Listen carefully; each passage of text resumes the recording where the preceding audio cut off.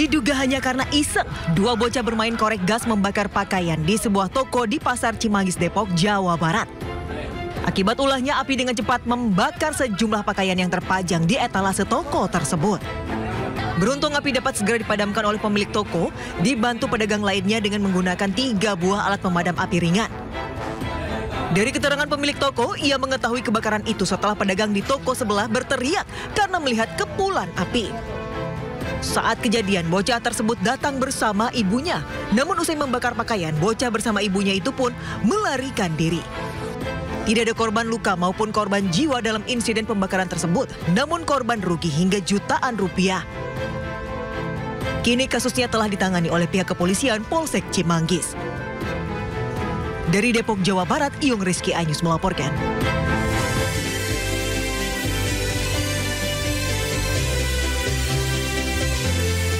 Pemirsa, kabar duka kembali terdengar ini terkait dengan peristiwa pemusnahan bahan peledak kadaluarsa milik TNI di Garut, Jawa Barat ya, yang mana ini menewaskan sebanyak 13 orang dan 4 orang merupakan anggota TNI dan sisanya 9 orang yang merupakan warga sipil. Ya, sejumlah korban juga ini sudah dimakamkan. Tentunya suasana duka yang mendalam menyelimuti kediaman korban atau rumah duka korban dan juga prosesi pemakaman. Dan tentunya kami segenap keluarga iNews Media Group ini mengucapkan juga turut belasungkawa bagi keluarga yang ditinggalkan. Dan memang pemirsa, ini belum ada keterangan yang memperkuat sebenarnya penyebab kematian para korban ini apa. Ya, betul sekali. Oleh karena itu dari DPR ya khususnya ini Komisi 1 yang bermitra dengan TNI mendesak agar tragedi ini diinvestigasi secara menyeluruh guna menemukan titik terang terkait dengan penyebab yang menyebabkan tadi 13 nyawa meninggal dunia. Iya, memang katanya ini ada dugaan juga korban ini hingga ada korban begitu ya, 13 korban di mana 4 tadi TNI dan 9 lainnya ini warga sipil. Ini diduga ini diakibatkan karena adanya kesalahan prosedur. Betul sekali. Kalau kita mengikuti informasi ini kemarin juga dari Gubernur Jawa Barat Deddy Mulyadi sudah meninjau langsung terkait dengan keluarga para korban dan juga turutnya menyampaikan belasungkawa dan juga memberikan bantuan santunan begitu ya, santunan dan juga menjamin terkait dengan anak para korban ini yang masih bersekolah akan dibiayai hingga kuliah nanti. Ya, lagi-lagi kita sampaikan duka yang mendalam bagi para keluarga korban dan kita doakan agar nanti mereka yang sudah berpulang terlebih dahulu ini bisa ditempatkan di tempat yang terbaik. Dan tentunya tadi juga Yasmin sudah mengatakan berbagai upaya juga sudah dilakukan. Kita harapkan nantinya ini akan segera menemukan titik terang dan kejadian serupa tidak terjadi lagi ketika tadinya prosedur-prosedur yang memang tadinya dilanggar, mungkin kan dugaan tadi ya, dugaan pelanggaran ini tidak terjadi lagi dan tidak kembali memakan korban. Betul. Dan kita sapa dulu pemirsa di rumah. Halo pemirsa, kami kembali ini di Sido Today, di mana ini adalah program yang menghadirkan informasi terhangat. Hari ini bersama saya Bayu Pradana. Dan saya Yasmin Tania. Pemirsa, sebelum kita memulai seluruh rangkaian Sido Today, redaksi kami telah menyiapkan 3 berita pilihan. Ini dia.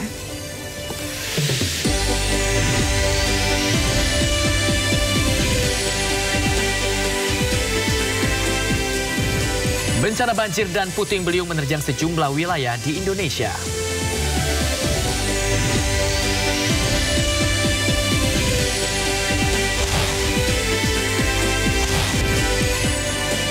DPR desak investigasi menyeluruh tragedi ledakan pemusnahan amunisi di Garut, Jawa Barat yang menewaskan 13 orang.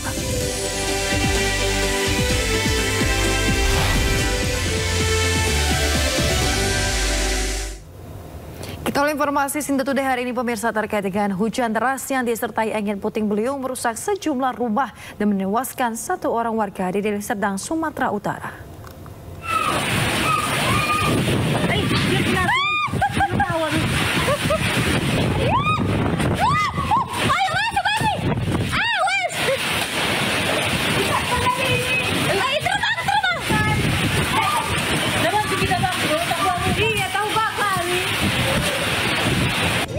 Hujan deras yang disertai angin puting beliung menerjang desa Ujung Serdang, Kabupaten Deli Serdang, Sumatera Utara pada Senin sore.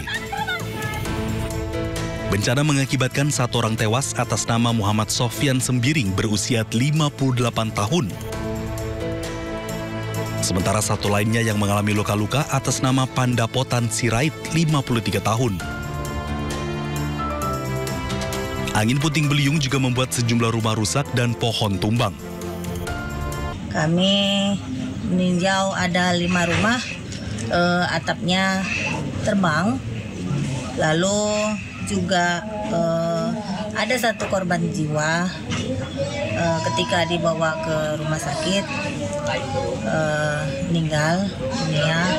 Lalu juga kami dapati ada 1 korban luka-luka. Sedangkan pihak desa dan kecamatan saat ini telah melakukan koordinasi dengan Dinas Kesehatan membuka posko kesehatan bagi warga yang terdampak. Dari Deli Serdang, Sumatera Utara, Amiruddin, iNews melaporkan. Pemirsa, banjir lahar hujan Gunung Semeru kembali menerjang sejumlah daerah aliran lahar. Akibat banjir lahar hujan Gunung Semeru ini, 1 dusun terisolir lantaran akses penghubung tertimbun material banjir. Menjauh. Inilah detik-detik mencekam saat banjir lahar Gunung Semeru menerjang aliran lahar Besuk Kobokan di Desa Supit Urang, Kecamatan Pronojiwo, Lumajang, Selasa sore. Sejumlah operator alat berat pun panik berusaha menyelamatkan diri. Dahsyatnya banjir lahar hujan Gunung Semeru kali ini membuat material vulkanik berupa batuan dan pasir bahkan nyaris mencapai batas jalur aliran lahar. Banjir lahar Gunung Semeru terjadi setelah wilayah puncak Gunung Semeru diguyur hujan deras selama kurang lebih 3 jam.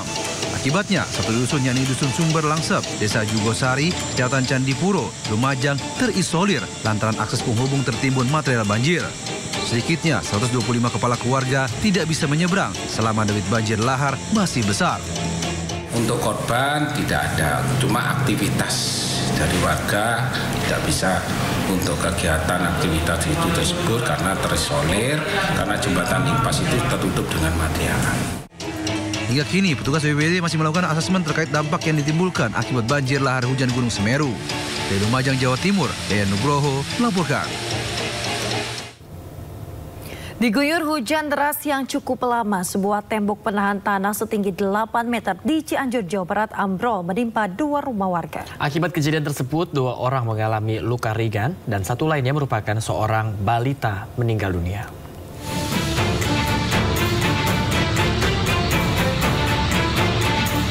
Tembok penahan tanah ini ambrol usai hujan deras mengguyur kawasan Kampung Balakan, Desa Sidang Laya, Kecamatan Cipanas, Jawa Barat. Seorang balita meninggal dunia akibat insiden ini. Tembok penahan tanah TPT setinggi 8 meter ambruk dan menimpa 2 rumah warga hingga rusak ringan dan berat. Petugas TNI Polri, BPBD dan sejumlah relawan lainnya berjibaku membersihkan material tembok penahan tanah TPT pasca ambrol. Sementara warga terdampak sudah mengungsi ke rumah sanak saudara. Selain curah hujan yang cukup deras, penyebab ambrolnya TPT ini dipicu adanya kolam milik warga di atas tembok penahan tanah tersebut, membuat tembok tidak kuat menahan tekanan air dan tanah. Ketimbun 2 sih, cuman yang ini yang lebih parah yang ini. Diungsikan atau seperti apa, Kang? Diungsikan dulu. Ini diungsikan kemana, Kang? Ada sih tetangga-tetangga yang mengungsikan. Di belakang TPT ini ada kolam, aliran air, sehingga mungkin air rebes, terutama dengan hujan lama-lama air masuk dan TPT longsor. Insiden ini menyebabkan 2 orang alami luka ringan dan seorang balita meninggal dunia setelah mendapatkan perawatan medis di RSUD setempat. Dari Cianjur, Jawa Barat, Muhammad Adi Isyan, iNews melaporkan. Hujan deras yang mengguyur Tangerang Selatan membuat ratusan rumah di Jalan Kayu Gede 1 terendam banjir lebih dari 1 meter.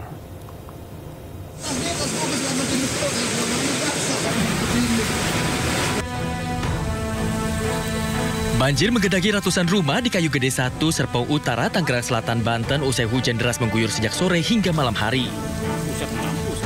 Dengan tinggi air hingga 120 cm, BPBD mengevakuasi warga menggunakan perahu karet.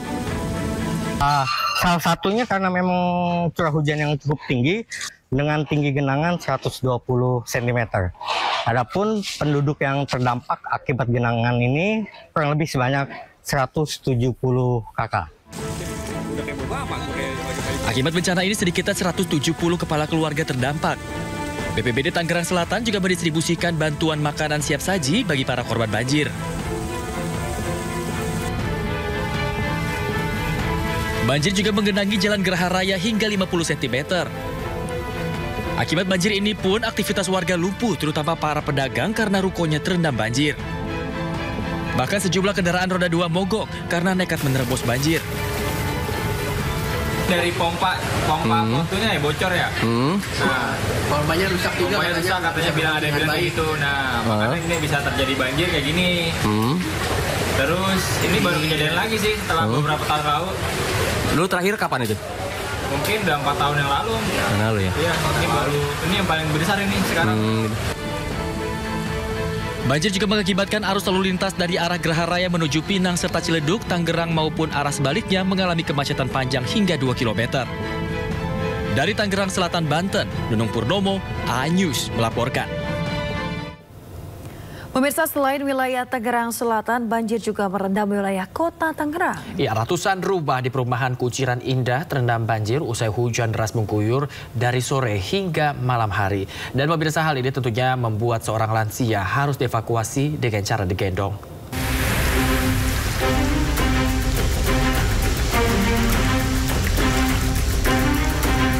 Ratusan rumah di perumahan Kuciran Indah terendam banjir akibat hujan deras yang mengguyur sejak sore hingga malam hari.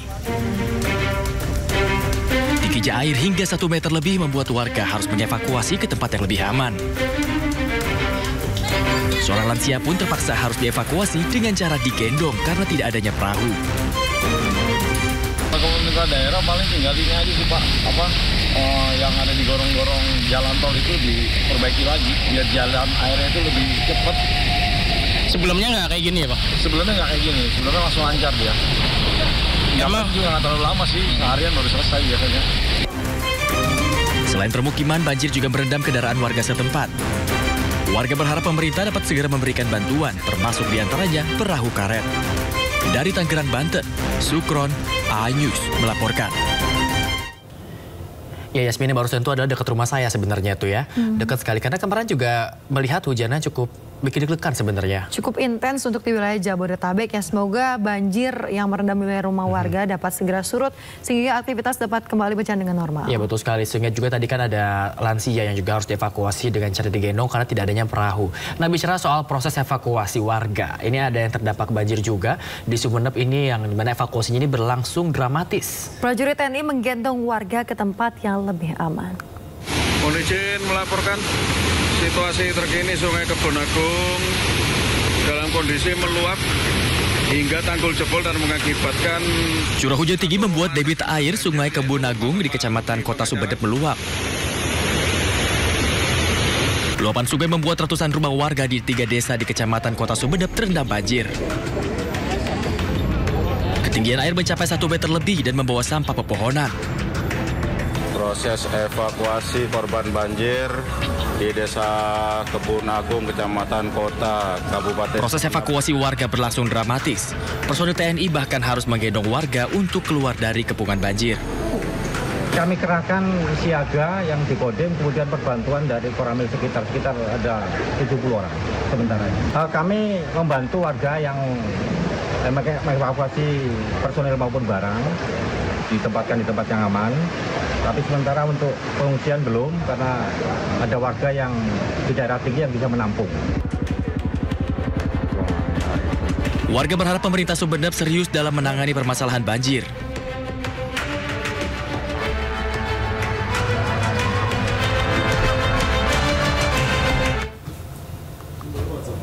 Ya, pemirsa, tim gabungan SAR berhasil menemukan jasad korban mahasiswi yang terseret arus Sungai Savana di Kabupaten Maros. Korban berhasil ditemukan setelah 15 jam pencarian.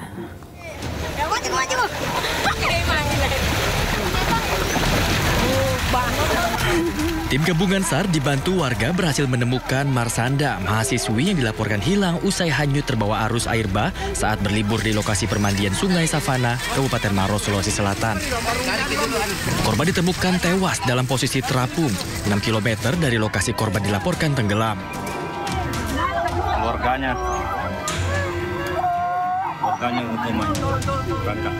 tangis histeris keluarga pun pecah, tak kuasa menahan kesedihan saat jasad korban dievakuasi. Usai dievakuasi, jenazah korban langsung dibawa ke rumah duka di Kota Makassar untuk disemayamkan dan dimakamkan. Itu kejadiannya kayak kemarin hari Senin. Hari Senin. Sekitar tanggal 12, jam tanggal 12. Oh iya, dia ditemukan di kondisi apa kan? Dia ditemukan dalam kondisi meninggal. Itu jarak berapa meter dari lokasi dia tenggelam? Jaraknya itu kurang lebih 6 kilo dari TKP.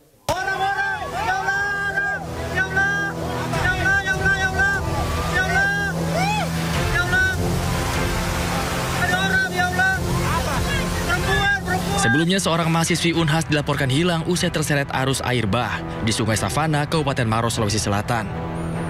Jasad korban pun berhasil ditemukan 6 km dari lokasi korban hilang.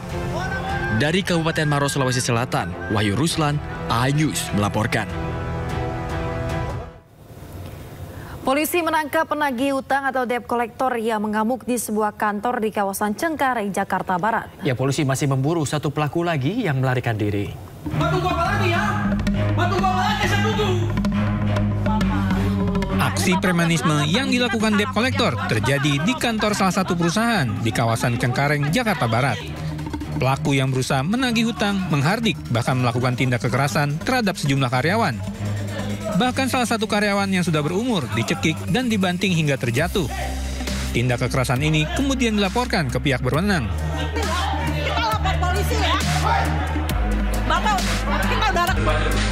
Kurang dari 1 kali 24 jam, unit Resmob Polres Metro Jakarta Barat akhirnya berhasil menangkap seorang debt collector yang melakukan tindak kekerasan tersebut Selasa petang.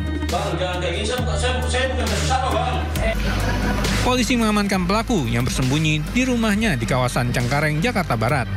Dari tempat pelaku, polisi juga menemukan sebilah senjata tajam jenis parang. Kini polisi masih memburu satu rekan tersangka yang melarikan diri usai kejadian. Ah, ini dia nih. Bang Jago. Jadi memang oknum ini ada sekitar 2 orang berdasarkan keterangan saksi, tapi untuk pelaku utamanya saudara inisial J sudah kita amankan tadi pagi dan langsung kita periksa dan kita lakukan terkait pemeriksaan saksi-saksi. Pelaku dijerat pasal berlapis 352 dan 335 KUHP tentang pemaksaan dan kekerasan dengan ancaman hukuman 5 tahun penjara. Dari Jakarta, Miftahul Gani, iNews melaporkan. Kita beralih ke informasi lainnya, pemirsa. Jenazah Kolonel CPL Antonius Hermawan yang gugur dalam ledakan amunisi kadaluarsa di Garut dimakamkan Selasa malam secara militer.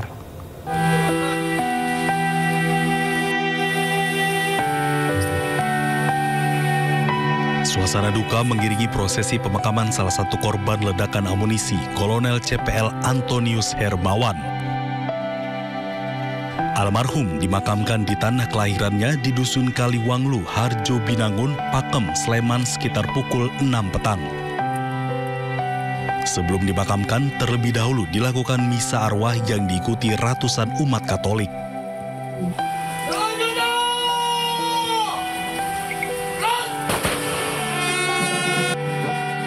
Prosesi pemakaman Kolonel CPL Antonius dilakukan secara militer diiringi hujan. Di mata keluarga, Kolonel CPL Antonius Hermawan adalah sosok yang baik dan patuh kepada orang tua. Ia masuk Akademi Militer tahun 1994 lewat jalur prestasi.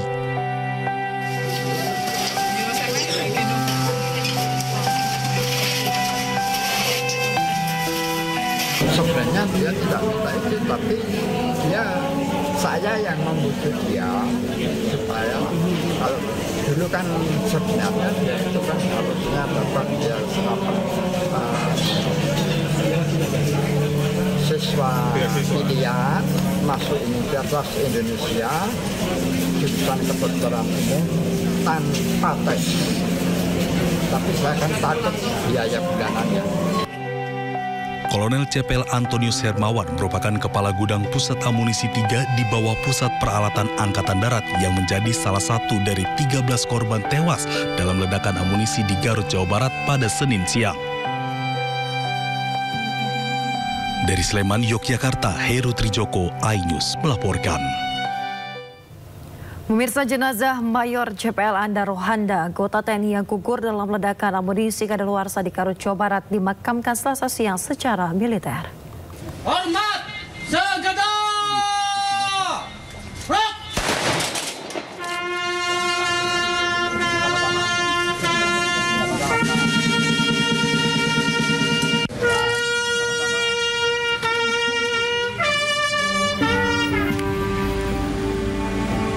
Setibanya di rumah duka, almarhum Mayor CPL Anda Rohanda, satu dari 4 anggota TNI yang menjadi korban meninggal dunia akibat ledakan pemusnahan amunisi di Garut, langsung disolatkan sebelum akhirnya dimakamkan.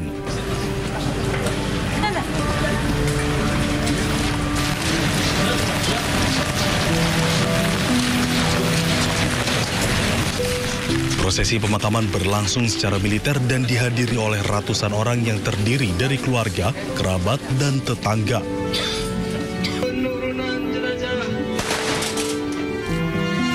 Suasana haru pun pecah saat jenazah almarhum mulai dimasukkan ke tempat peristirahatan terakhirnya. Menurut anak pertama almarhum, Kholis Fikri, dirinya terakhir bertemu ayahnya pada akhir bulan Februari lalu dan selalu intens berkomunikasi lewat telepon. Bapak orangnya gigih ya, disiplin, nggak pernah ngeluh juga. Ini nggak tahu kenapa tiba-tiba kejadian begitu cepat ya. Selain 4 anggota TNI, pemusnahan amunisi tidak layak di pesisir pantai Cibalong, Kabupaten Garut yang dilakukan pada hari Senin pagi kemarin juga menyebabkan 9 orang lainnya yang merupakan warga sipil meninggal dunia. Dari Kabupaten Bandung, Jawa Barat, Yuan Pangestu, iNews melaporkan. Pemirsa, kakak beradik korban ledakan amunisi kadaluarsa di Garut, Jawa Barat dimakamkan bersebelahan di tempat pemakaman umum di Tegal Gede Selasa sore.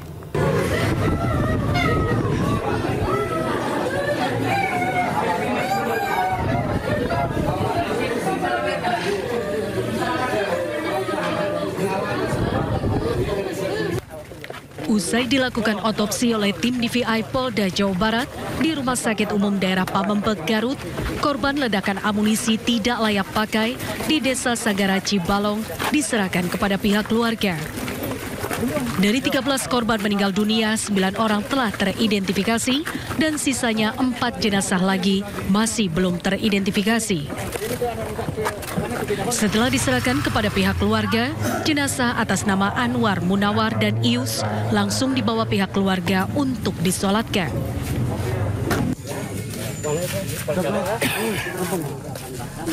Pemakaman 2 jenazah ini berlangsung dramatis dan isak tangis pun mewarnai prosesi pemakaman.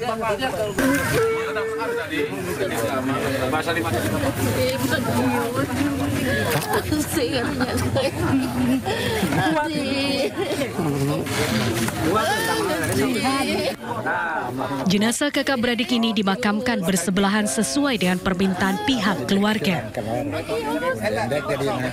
Dari Garut, Jawa Barat, Il Solihin, iNews melaporkan.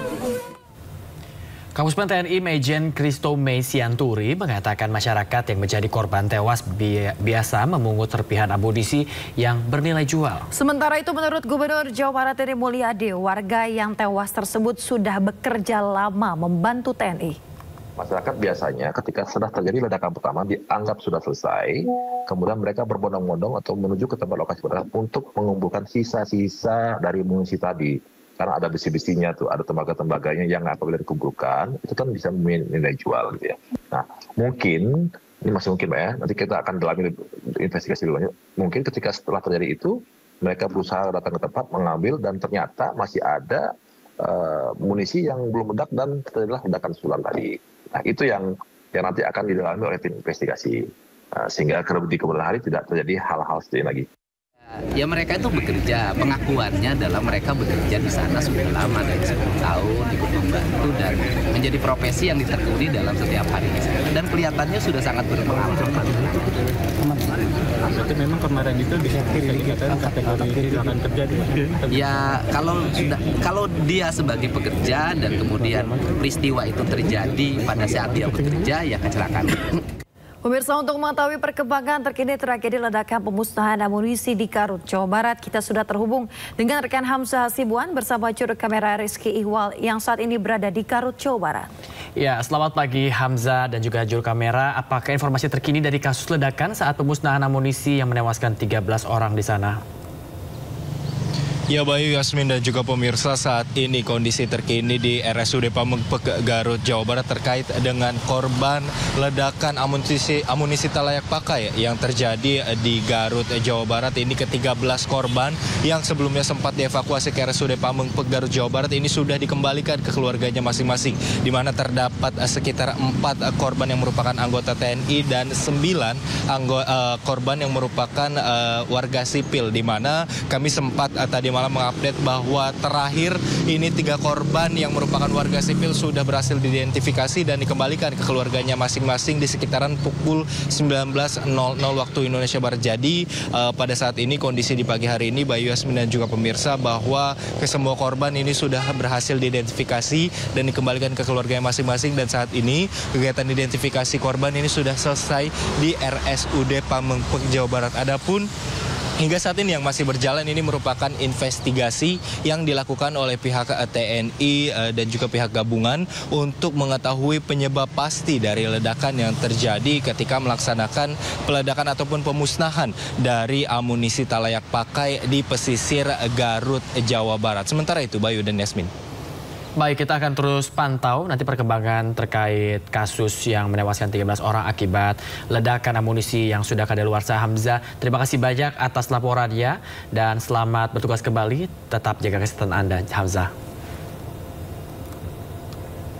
Ya, itu tadi yang sudah disampaikan Hamzah, dan kita harapkan tadi seperti yang kita sudah katakan di awal ya, semoga ini segera menemukan titik cerah nantinya apa sebenarnya yang bisa membuat peledakan ini akhirnya bisa memakan korban jiwa. Dan pihak mana yang harus bertanggung jawab atas kejadian ini tentunya ya, Bayu ya. Betul sekali. Dan pemirsa, memang terkait dengan tragedi kemarin ini, agar yang membawa korban tidak terulang kembali tentu perlu dilakukannya evaluasi secara mendalam ya. Dengan demikian, anggota Komisi 1 DPR RI mendesak investigasi mendalam terkait ledakan amunisi di Garut, Jawa Barat. Ya, sementara itu pemirsa, TNI AD menyebut akan bertanggung jawab.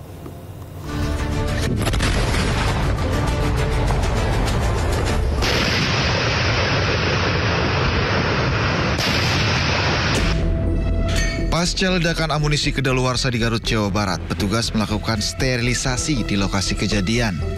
Jalan menuju lokasi insiden di Desa Sagara, Kecamatan Cibalong dijaga ketat aparat. Tempat kejadian perkara yang menewaskan 13 orang itu dipasang garis polisi. Anggota Komisi 1 DPR RI Dev Laksono meminta dilakukan penyelidikan menyeluruh terkait insiden yang menewaskan 13 orang ini. Kita tetap mendorong untuk investigasi dilaksanakan secara detail, secara intens ya. Setiap tahapan, setiap personil yang terlibat itu di keterangannya didalami dan juga disampaikan secara berkala ke masyarakat melalui media. Sementara itu, Kadispen TNI AD Brigjen TNI Wahyu Dayana menegaskan akan bertanggung jawab atas insiden tersebut.